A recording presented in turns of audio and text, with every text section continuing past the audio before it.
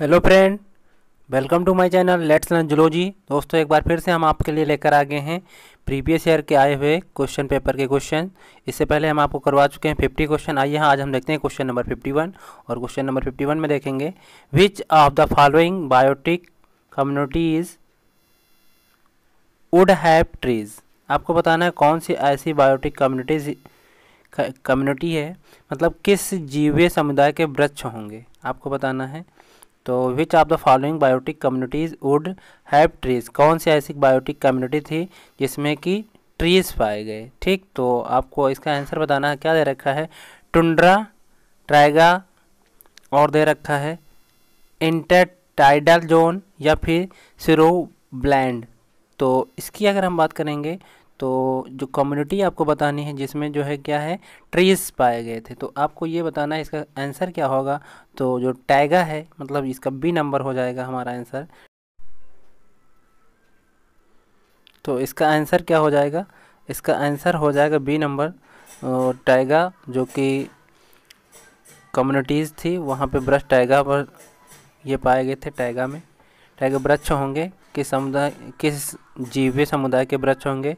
Taiga समुदाय के होंगे। तो ये आपको बताना था। ये आंसर हो गया। टैगा समुदाय में जो वृक्ष हमारे होते हैं, शंकुधारी वृक्षों की अधिकता होती है, शंकुधारी। और ये उस टाइम पीरियड में पाए गए, मीजोजोइक जो एरा था वहाँ पे ये सब इनकी अधिकता थी उस कम्युनिटी की, टैगा। ठीक है, तो ये आंसर इसका हो जाएगा क्या? इसका आंसर हो जाएगा बी। आइए हम देखते हैं नेक्स्ट क्वेश्चन। नेक्स्ट क्वेश्चन की बात करें तो हम बात कर लेंगे।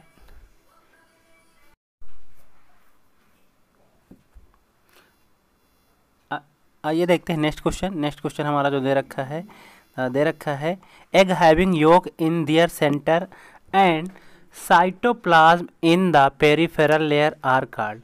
आपको बताना है जो एग हमारे होते हैं वो कई टाइप के होते हैं, तो उनके टाइप पूछा गया है कि अगर मान लेते हैं कोई एग हमारा है ये, ठीक, इसके बीच में योक पाया जाता है और इसके चारों तरफ जो है यहाँ पे क्या पाया जाता है, इसके चारों तरफ क्या पाया जाता है? साइटोप्लाज्म पाया जाता है। क्या दोस्तों? साइटोप्लाज्म। ठीक, और बीच में ये क्या है? ये आपका योक है। ठीक, ये क्या हो जाएगा? योक हो जाएगा। तो इस एग को पूछा गया है ये किस टाइप का एग आपका है। ठीक है, तो ये आपको बताना है इस टाइप के एग को क्या कहेंगे? आइसोलेसाइथल कहेंगे, या फिर माइक्रोलेसाइथल कहेंगे, या फिर सेंट्रोलेसाइथल कहेंगे, या फिर टीलोलेसाइथल। ये जो क्लासिफिकेशन किया गया है ऑन द पोजीशन ऑफ योग, पोजीशन बताई गई, योग की पोजीशन के आधार पे जो एग का क्लासिफिकेशन किया गया है उसके आधार पे ये आंसर हमारा क्या हो जाएगा इसका? सेंट्रोलेसाइथल। सेंट्रोलेसाइथल का मतलब आपको समझ में आ गया होगा दोस्तों कि योक हमारा है क्या, बीचों बीच में पाया जाएगा और इसके चारों तरफ ये क्या है? साइटोप्लाज्म पाया जाएगा। तो इस टाइप के एग को हम क्या कहेंगे? सेंट्रोलेसाइथल एग कहेंगे दोस्तों। तो इसका सही आंसर क्या हो जाएगा? इसका सही आंसर हमारा क्या होगा? आंसर नंबर सी हो जाएगा दोस्तों। तो इसका सही आंसर क्या हो जाएगा? सी हो जाएगा। आइए देखते हैं नेक्स्ट क्वेश्चन।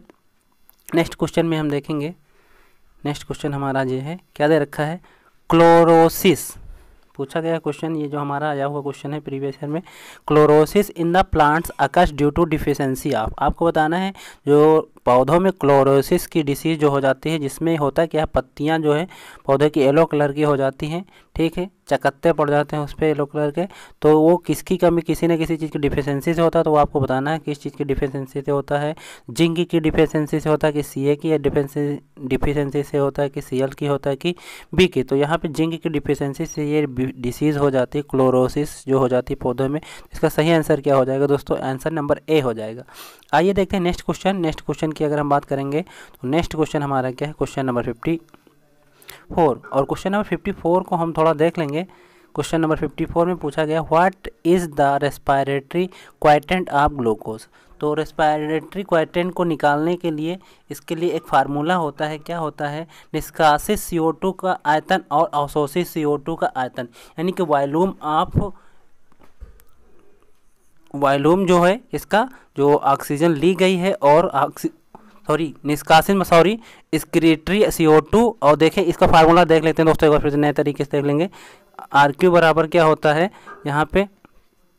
रिलीज CO2 और टेकअप की गई है O2। तो इनका जो रेशियो होता है वो क्या होता है, रेस्पिरेटरी क्वाड्रेंट होता है। इसका फार्मूला इससे निकाला जाता है। तो पूछा गया ग्लूकोज के श्वसन का भागफल दर क्या है, तो इसकी जो है दर की अगर हम बात करेंगे यहाँ पे देखेंगे, तो अगर दर ये सही निकाला जाता हो, या एक चीज़ और इसमें जानना है कि RQ का मान 1 होता है। जैसे ग्लूकोज का वसीय पदार्थ अथवा प्रोटीन RQ का 1 से कम होता है, ठीक है, लेकिन कार्बनिक अम्लों का RQ किसके किसके रेंज के बीच में होता है, तो ऑर्गेनिक अम्लों का जो होता है 1.3 से 4.0 के बीच में RQ होता है। तो सबका अलग अलग होता है, ठीक है। तो ग्लूकोज की अगर बात की जाए तो इसका क्या हो जाएगा, इसका जो हमारा हो जाएगा, इसका आंसर यानी कि 1 हो जाएगा। इसका सही आंसर ये हो जाएगा डी नंबर। तो ये हो गया हमारा क्वेश्चन नंबर 54। आइए हम देखते हैं नेक्स्ट क्वेश्चन देखेंगे। क्वेश्चन नंबर 55 दे रखा है। तो क्वेश्चन नंबर 55 क्या है, what is the name of complex 5 in electron transport chain. जो इलेक्ट्रॉन ट्रांसपोर्ट चेन होती है, तो एक कह सकते हो कॉम्प्लेक्स 5 में क्या है, उसमें हम देखेंगे कॉम्प्लेक्स 5 में क्या है, साइटोक्रोम ऑक्सीडेज है, या फिर F0F180P सिंथेटेज है, ये हो सकता है, या फिर सक्सिनेट हो सकता है, ये फिर इक्यूबन्यून साइटोक्रोम C ऑक्सीडोरिडाक्टेज ये हो सकता है। तो इसका जो सही आंसर दोस्तों क्या हो जाएगा हमारा, ये हमारा आंसर क्या है, बी नंबर हो जाएगा, F0F180P सिंथेटेज, ये हो जाएगा इसका आंसर। तो आइए चलते हैं नेक्स्ट क्वेश्चन पे। नेक्स्ट क्वेश्चन हमारा क्या है देखेंगे। नेक्स्ट क्वेश्चन हमारा क्वेश्चन नंबर 56 है, which of the following cell organelle is in continuation with the outer membrane.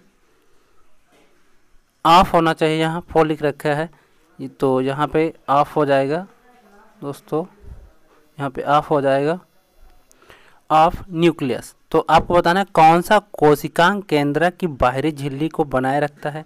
तो जो आपने सेल में देखा होगा, बहुत सारा सेल का स्ट्रक्चर हम थोड़ा बना के आपको समझाने की कोशिश करते हैं। मान लेते हैं ये सेल का न्यूक्लियस है, तो यहाँ पे आपने देखा होगा ऐसे निकले रहते हैं, ये ऐसे करके, ये ऐसे ऐसे ऐसे करके निकले रहते हैं, यहाँ भी निकलेंगे ऐसे ऐसे, जैसे ऐसे रहते हैं ये ऐसे, ठीक है। तो इसकी बात की गई है, तो इसे हम क्या कहते हैं, जो बाहर की इसकी कवरिंग बना के रखते हैं न्यूक्लियस की, तो इन्हें हम क्या कहते हैं, इनकी अगर हम बात करें तो इन्हें हम क्या कहेंगे, इन्हें हम कहेंगे क्या, इंडोप्लाज्मिक रेटिकुलम। दोस्तों इन्हें क्या कहेंगे हम, इंडोप्लाज्मिक रेटिकुलम कहते हैं। और इंडोप्लाज्मिक रेटिकुलम जो है, इन्हीं के ऊपर क्या होता है, राइबोसोम्स भी पाए जाते हैं, और जिन पे पाए जाते हैं तो वो क्या कहते हैं, रफ इंडोप्लाज्मिक रेटिकुलम कहलाते हैं, और जिन पे नहीं पाए जाते हैं तो उन्हें क्या कहते हैं, स्मूथ इंडोप्लाज्मिक रेटिकुलम। मान लेते हैं ये हमारा इंडोप्लाज्मिक रेटिकुलम है दोस्तों, देख लेते हैं यहाँ पे, ये हमारा क्या है, इंडोप्लाज्मिक रेटिकुलम। मान लेते हैं ये हमारा एक इंडोप्लाज्मिक रेटिकुलम ऐसे है, ये है, ये ऐसे जुड़ा रहता है न्यूक्लियर मेम्ब्रेन से। तो अगर हम कहें इसकी सरफेस पे, इंडोप्लाज्मिक रेटिकुलम की सरफेस पे राइबोसोम्स पाए जाते हैं, तो ये इंडोप्लाज्मिक रेटिकुलम क्या कहलाते हैं, ये कहलाते हैं रफ इंडोप्लाज्मिक रेटिकुलम। और इन पे अगर राइबोसोम्स नहीं पाए जाते तो क्या होते हैं, स्मूथ कहलाते हैं। तो यही क्या करते हैं, न्यूक्लियस की आउटर मेम्ब्रेन बनाते हैं। यही क्वेश्चन ये आपको पूछा गया है, तो इन्हें हम क्या कहेंगे, इन्हें हम कहेंगे इंडोप्लाज्मिक रेटिकुलम। तो इसका आंसर क्या हो जाएगा, बी नंबर हो जाएगा। आइए देखते हैं नेक्स्ट क्वेश्चन। नेक्स्ट क्वेश्चन हमारा दे रखा है क्वेश्चन नंबर 57।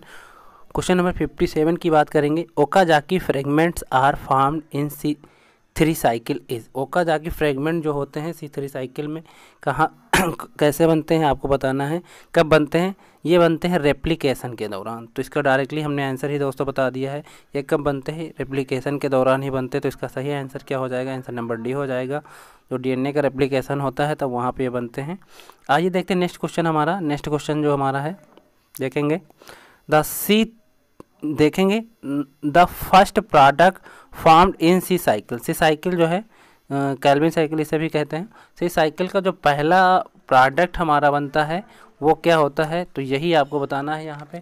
C साइकिल का जो पहला प्रोडक्ट है तो इसमें क्या बनेगा, तो आपको यही आंसर देना है। तो C साइकिल का पहला जो प्रोडक्ट हमारा बनता है, क्या बनता है, दे रखा है फास्फोग्लिसरिक अम्ल एसिड, ठीक। तो इसका क्या हो जाएगा 3 फास्फोग्लिसरिक एसिड। तो इसका सही आंसर क्या हो जाएगा, पहला प्रोडक्ट हमारा क्या बनता है 3 फास्फोग्लिसरिक एसिड बनता है। तो इसका सही आंसर हो जाएगा ए नंबर। आइए देखते हैं नेक्स्ट क्वेश्चन हमारा, क्वेश्चन नंबर 59। क्वेश्चन नंबर 59 में देखना है क्या, capacitation of sperms involve A change in. तो कैपेसिटेशन क्या होता है, पहले तो हम ये जानेंगे कि कैपेसिटेशन होता क्या है। हमने कैपेसिटेशन जो है ए फर्टिलाइजेशन प्रोसेस का है, या कह सकते हो निषेचन क्रिया का पार्ट है। फर्टिलाइजेशन मान लेते हैं, ये हमारा क्या होता है, ये हमारा होता है एग। ये एग है, एग के अगर सरफेस पे अगर हमारा स्पर्म आ जाता है और इसका जो ये वाला पार्ट होता है स्पर्म का हेड वाला रीजन, यहाँ इसका जो पार्ट होता है वो एंजाइम सीक्रेट करता है, जिससे कि जहाँ पे सबसे पतली वाल होती है इसकी एग की, उसमें एंट्री करने के लिए कीमोलाइसिस की प्रोसेस होती है। कीमोलाइसिस की प्रोसेस का मतलब होता है ये इसको तोड़ता है, जिससे कि इसकी एंट्री एग के अंदर हो जाए, ठीक। तो ये जो हमारा स्पर्म होता है, स्पर्म का जो ये हेड रीजन होता है, इसके जो ऊपर वाला पार्ट ये, इसे यहाँ पे पाया जाता है एक्रोसोम। एक्रोसोम जो है, एक्रोसोम से क्या निकलता है, हमारे एंजाइम निकलते हैं एक्रोसोम से। तो वही क्या करते हैं, कीमोलाइसिस की प्रोसेस करते हैं। तो क्वेश्चन जो पूछा गया है इसी को हम क्या कहते हैं, capacitation of sperm involve A change in. इसमें क्या मतलब चेंज क्या होता है, इसमें आपको बताना है। तो इसमें आंसर देख लेंगे, स्पर्म साइज है या एक्रोसोम मेम्ब्रेन है, माइटोकॉन्ड्रियल एलिमेंट है, या फिर न्यूक्लियर क्या दे रखा दोस्तों, न्यूक्लियर क्रोमैटिन है। तो इसका जो सही आंसर क्या हो जाएगा, इसके सही आंसर क्या हो जाएगा, एक्रोसोम मेम्ब्रेन, यानी कि इसका सही आंसर जो हमारा होगा बी नंबर हो जाएगा। तो ये हमारा आंसर क्या हुआ, 59 का आंसर हो गया। आइए हम देखते हैं नेक्स्ट क्वेश्चन हमारा 60 नंबर है। और 60 नंबर में देखेंगे हम, दे रखा है ट्यूनिका ऑब्लिजीनिया, ठीक, tunica albuginea is the covering of. Tunica albuginea किसकी कवरिंग है, जो ट्यूनिका एल्बुजिनिया एक लेयर होती है जो कहाँ पे पाई जाती है, टेस्टिस में पाई जाती है दोस्तों। तो इसका सही आंसर हम डायरेक्टली बता देते हैं आपको, सही आंसर इसका सी हो जाएगा। आइए देखते हैं नेक्स्ट क्वेश्चन हमारा जो दे रखा है, देखेंगे क्वेश्चन नंबर 62। एक क्वेश्चन दोस्तों मिस हो गया, 61 मिस हो गया, इसको अगले हम वीडियो में कवर कर लेंगे। तो क्वेश्चन नंबर 62 दे रखा है, the essential part of the flower. Essential part of flower आपको बताना है, कैलिक्स एंड करोला होता है, या फिर इसका देखेंगे और 3 ऑप्शन दे रखे हैं, कैलिक्स एंड एंड्रोशियम हो सकता है, करोला एंड गैनोशियम हो सकता है, एंड्रोशियम एंड गैनोशियम हो सकता है। तो जो इसका जो मेन पार्ट होता है ये क्या होता है, किसका, फूल के आवश्यक भाग जिसे कहते हैं, या फिर essential part of the flower, तो उसे हम क्या कहते हैं, एंड्रोशियम एंड गैनोशियम, यानी कि आंसर नंबर डी हो जाएगा इसका। तो जो हमारा एंड्रोशियम जो पार्ट होता है ये नर पुष्पक्रम कहलाता है, और गैनोशियम जो हमारा होता है फीमेल पुष्पक्रम कहलाता है, या फिर मादा कहलाता है, ठीक है। तो इसका सही आंसर क्या हो जाएगा दोस्तों, इसका सही आंसर हमारा क्या हो जाएगा, डी। तो ये हो गया इसका सही आंसर, डी हो गया। तो ये हो गया। आइए देखते हैं नेक्स्ट क्वेश्चन हमारा जो दे रखा है, देखेंगे नेक्स्ट क्वेश्चन हमारा 63 दे रखा है। देखेंगे blood will lose maximum oxygen when it passes through, यानी कि जो मैक्सिमम ऑक्सीजन जो है लॉस कब होगा, जब ये पास होगा, कहाँ से पास होगा, यही तो आपको बताना है। तो ये बताना है एल्वुलर कैपिलरीज, या फिर टिश्यू कैपिलरीज, या फिर आर्टरीज, या फिर वेंस। यानी कि आप सभी लोग दोस्तों जानते होंगे, जब ये टिश्यू में ये सप्लाई करता है तो सबसे ज़्यादा लॉस कहाँ पे होगा ऑक्सीजन का, और कहाँ गेन की जाएगी ऑक्सीजन कैपिलरी से, तो की जाएगी एल्वुलर टिश्यू कैपिलरीज में, ठीक है। तो इसका सही आंसर क्या होगा दोस्तों, इसका सही आंसर हमारा हो जाएगा आंसर नंबर बी, यानी कि क्वेश्चन नंबर 63 का आंसर हो जाएगा बी। आइए हम देखते हैं नेक्स्ट क्वेश्चन, और नेक्स्ट क्वेश्चन की अगर बात करें हम क्वेश्चन नंबर 64, और क्वेश्चन नंबर 64 में हम बात करेंगे sulphur containing amino acid are. Sulphur containing amino acid कौन से हैं आपको बताना है। सल्फर कंटेनिंग जो अमीनो एसिड हमारे हैं, देखेंगे डायरेक्टली हम बात कर लेते हैं। सल्फर कंटेनिंग अमीनो एसिड हमारे हैं सिस्टेन, मिथियोनिन, सिस्टीन। तो यानी कि आंसर नंबर सी हो जाएगा दोस्तों। इसका सही आंसर क्या हो जाएगा, सी हो जाएगा दोस्तों। ये कुछ इंपॉर्टेंट क्वेश्चन थे, इस जो हमारा ये पेपर जो हम सॉल्व करा रहे हैं इसमें 1-2 वीडियो और आएंगे और ये जो है क्वेश्चन सारे कंप्लीट हो जाएंगे।